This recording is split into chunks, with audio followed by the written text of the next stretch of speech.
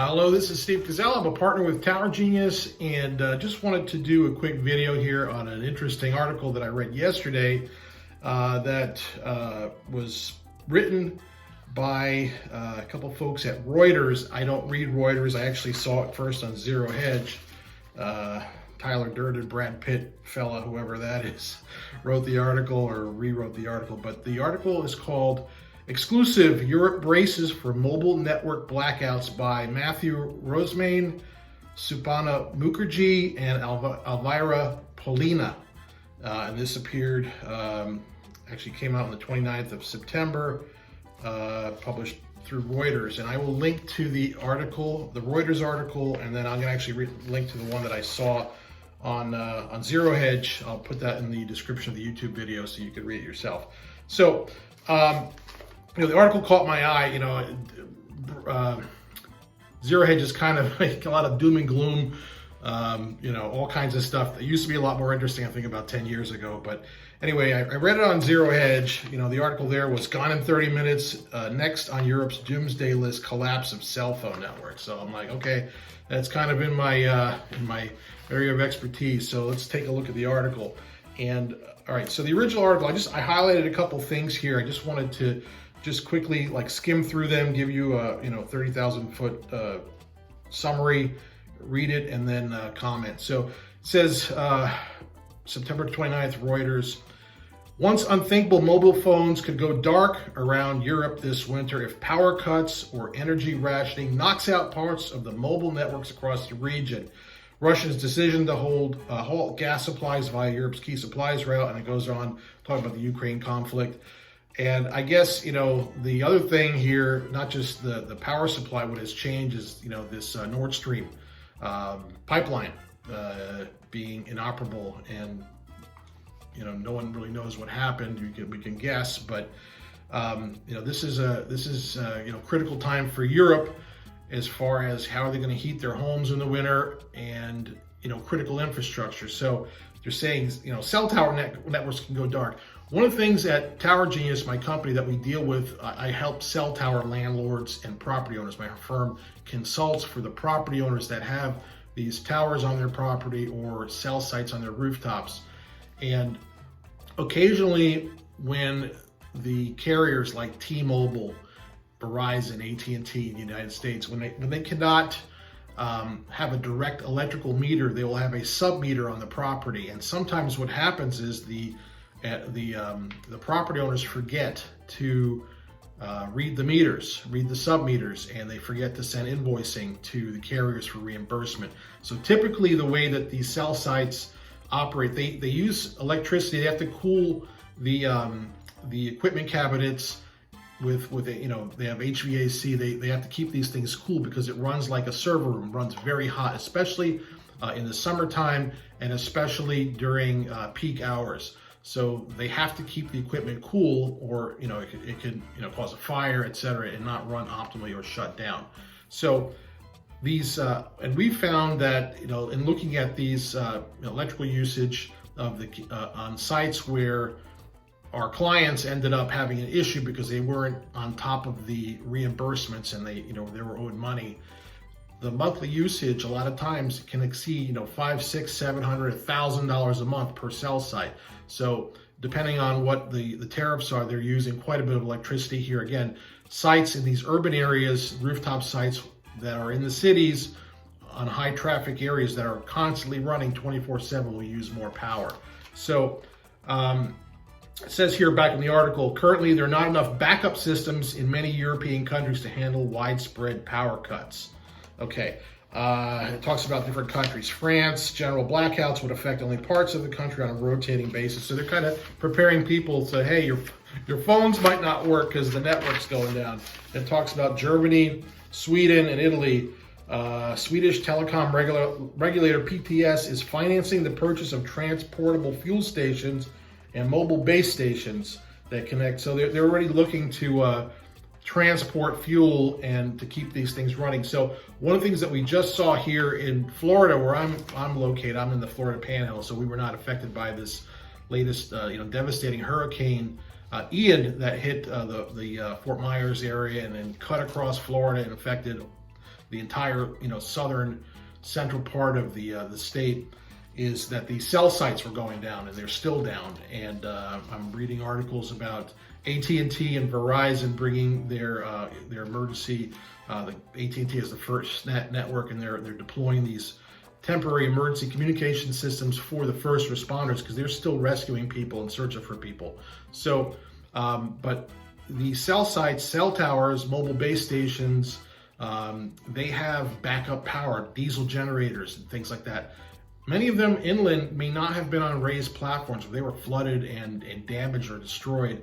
Other ones that are in flood-prone areas, many times they're on an elevated platform, and they won't be inundated with water. But the thing about these backup cell site generators, these gas generators, diesel generators, I mean, you can only fill them up if someone's there to fill them up. Now, you'll see that in places like New York City, they'll tie to the natural gas, right? So they will, as long as they have gas running to them, natural gas, those things will run, because they're not going to keep diesel on the rooftop of a building in New York City, for example.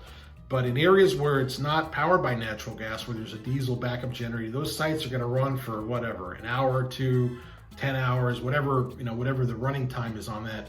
And if people can't get there to fill those things up, the cell sites are not going to work, and you're not going to be able to use the network. The networks will go down. So, and the article goes on. Okay, so it says here, Deutsche Telekom will use mobile emergency power systems, which mainly rely on diesel in the event of prolonged power failures. So as long as you can get diesel to these sites, it's fine. But what happens when the diesel runs out? So there's a couple things I highlighted here on the zero hedge summary of the same article. It says here,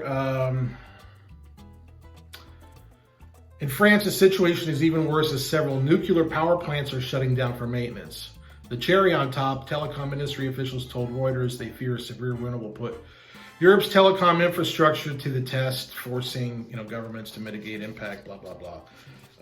Europe nearly has 500,000 telecom towers. Most of them have battery backups that last 30 minutes to run all these antennas. So yeah, there's certainly problems. Like, I have family, a lot of friends in Europe, in Hungary, in Belgium, and France, and Switzerland, and we have family in the UK. So I try to pay attention to what's going on over in Europe, because it does affect us. Closing out the article with Zero Hedge, it says, until a solution is reached to save power, telecom companies are using software to optimize traffic flow to make towers sleep when not in use. They switch off for different spectrum bands, Reuters sources said. Okay, so they're trying to optimize electric use by making the towers sleep, which is great. I mean, cell sites power up and down. Phones are designed to power up and down, right? So here's my thoughts on this article. Keep it brief. They're worried about the cell towers going down. What about the data centers, the mission critical facilities that power the networks, like all the carriers, T-Mobile, Verizon, the telecom carriers in Europe? Those things just don't float around in the cloud. These networks, the network operations, everything is located in a data center, mission critical data center. Those things consume immense amounts of power. So really the question is, will the data centers function? Will they be able to operate these mission critical facilities? You're talking about, a 30-minute backup on the tower. That's great, and the wireless industry has been focused on lease optimization in the United States. Lease optimization is really an oxymoron, because they're really just trying to lowball and force property owners and building owners that have cell sites on their property to accept lower rental payments. And that's really been the focus of the carriers for 15 years that I've been following this stuff. They're going after property owners with these letters threatening to move the cell tower or whatever to reduce the rent. And if you don't sign a rent reduction, we can exercise our right to terminate. How about, instead of lease optimization, the carriers start to think about energy optimization? think of ways to save money. I'm not talking about, yeah, solar is great. Put solar out there. I'm not crazy about the wind. The birds do flock around the towers actually because the antennas are warm and they tend to go there. So you don't want anything moving, any rotation near the towers. And when you have moving parts, those things need to be bolted constantly and torqued and tensioned, because whenever there's a moving blade, those things need to be constantly tightened so they don't wobble. So I'm not a big fan of wind power for cell sites. Solar is great, but it has its limitations. So these diesel generators that they have, these backup sites, they run, that's combustion, right? I'm not an engineer, but motors, gas motors, diesel motors, they run on combustion. And how about instead of having gas combustion, I know that they've come up with hydrogen cars, right? Cars that run on water, right? They figured out a way to excuse me, they figured out a way how to run cars on water, salt water, stuff like that. Somebody out there has to have some sort of a way to come up with using hydrogen, using water to power cell sites. There's got to be some brainiac out there, some 6-year-old kid in Eastern Europe, that's a future Nobel Prize winner, will come up with a way at their science fair project to do this. And I can't believe that the wireless industry has to be forced into when they're in a checkmate position and their backs are up against the wall and they're in a chaos situation where they're forced to shut people's phones off. And if you thought food riots were bad, just wait until there are phone riots. I mean, that's, you can take away, people will literally go homeless, okay? They will literally go homeless and not eat, but they won't give up their damn phones. And just watch what happens when you take someone's Wi-Fi away. You ever see what happens to a kid when you take away their phone, like they throw a tantrum?